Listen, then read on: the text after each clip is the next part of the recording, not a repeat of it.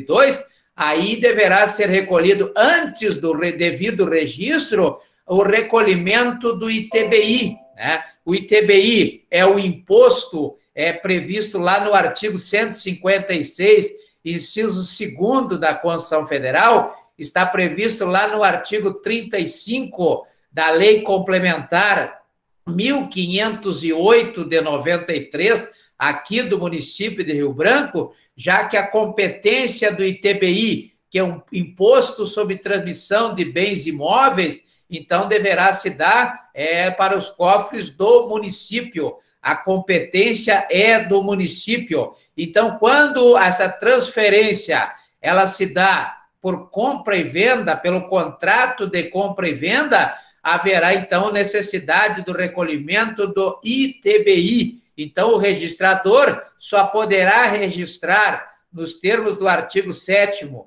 da Lei 8.935 de 94, depois que for apresentado aí o documento comprobatório do recolhimento do ITBI. Porém, se a necessidade de registro se der em função de inventário, né, da sucessão patrimonial prevista no artigo 1784 da Lei 10.406 de 2002, for produto aí de uma partilha do artigo 2013, depois de feito o processo de inventário, nos termos do artigo 1991 da Lei 10.406 de 2002, aí, para realizar esse registro do artigo 1245 da Lei 10.406 de 2002, naquele procedimento do artigo 172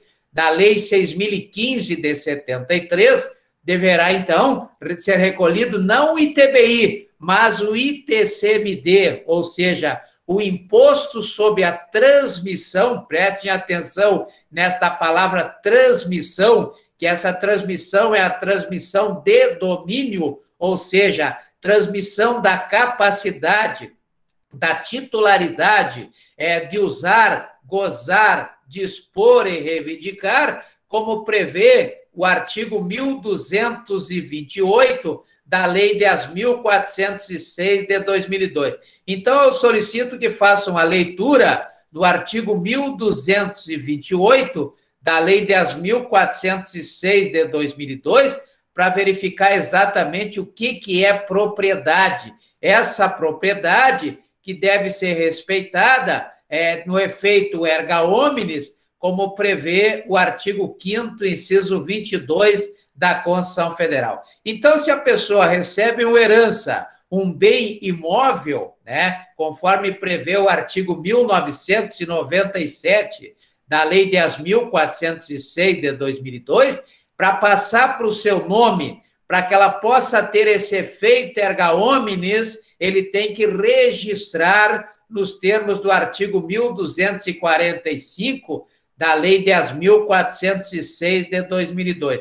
Então, esse registro, antes desse registro, deverá, então, aquele que vai registrar no nome, apresentar documentação comprobatória do recolhimento do ITCMD, o Imposto sobre a Transmissão Causa-Mortes ou Doação, né? Quando fizer uma doação também, nos termos do artigo 538 da Lei 10.406 de 2002, deverá também pagar ou recolher o ITCMD, que é o Imposto de Competência do Estado, previsto lá no artigo 155, inciso 1º da Constituição Federal. Artigo 155, inciso 1º da Constituição Federal, e é regulamentado pela Lei Complementar número 271 aqui do Estado do Acre. Lei Complementar número 271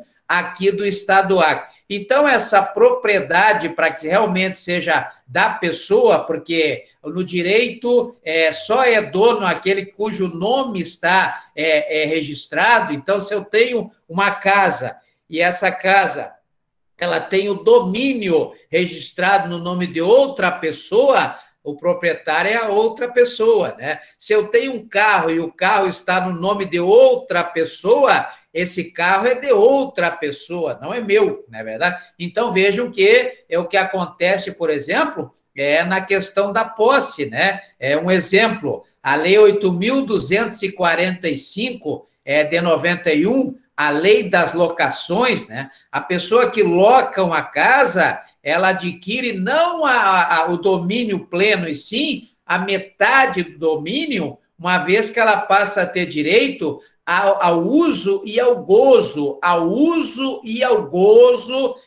dessa propriedade. Então, é o que prescreve o artigo 1196 da Lei 10.406 de 2002, quanto à posse, né? Então, a posse, na verdade, é a metade do domínio, é apenas usar e gozar. Mesmo assim, continua com direito, logicamente, né?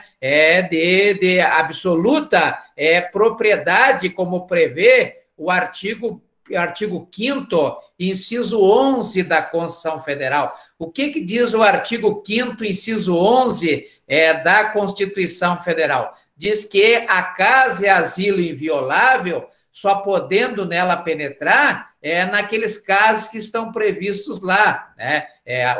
O flagrante dentro da casa, emergência, situações de emergência desse estilo, né?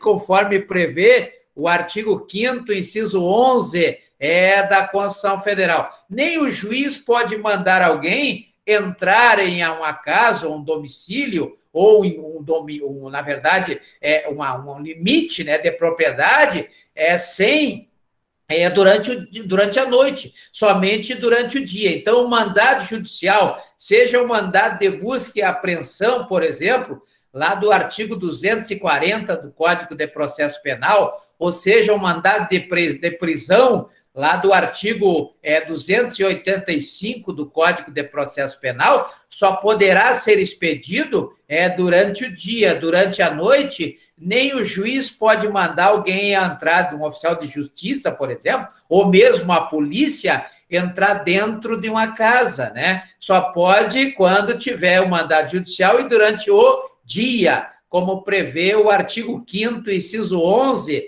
da Constituição Federal. E esse limite de propriedade também dá o direito ao proprietário de combater, né, através do exercício de autotutela, por ser previsto em lei, né, ele pode resolver um conflito quando alguém inventar de entrar, por exemplo, nos limites de uma propriedade e aí cometer o crime de invasão de domicílio, lá do artigo 150 do Código Penal. Ou seja, quando essa agressão ao direito de propriedade se der de forma injusta, né, então, iminente e injusta, poderá o proprietário usar do que prescreve a lei como forma de autotutela, chamado, nesse caso, de desforço imediato, né? O desforço imediato, que está previsto lá no artigo 1210, parágrafo 1º da Lei 10.406 de 2002, o proprietário, então, poderá pegar um 128 e sair grudando na cabeça do cara, não de fio, logicamente, mas de lado, né, para fazer o cara sair da propriedade. Logicamente que é brincadeira, mas está previsto na lei. Então, é uma forma de resolução de conflito pela autotutela, conforme prevê o artigo 1210, parágrafo 1º, da própria Lei 10.406 de 2002. Então, veja que essa proteção a esse domínio, né, ou esse direito que chama-se de propriedade, que, na verdade, quando nós adquirimos esse domínio, nós não adquirimos a propriedade de um bem. Na verdade, quando nós compramos uma casa, nós não compramos uma casa, né? Quando nós compramos um carro, nós não compramos um carro. Nós compramos o domínio, ou seja, o direito de usar, gozar, dispor e reivindicar, né? Então, reivindicar, por exemplo, significa um meio de proteção que pode se dar pelo desforço imediato do artigo 1210, parágrafo 1º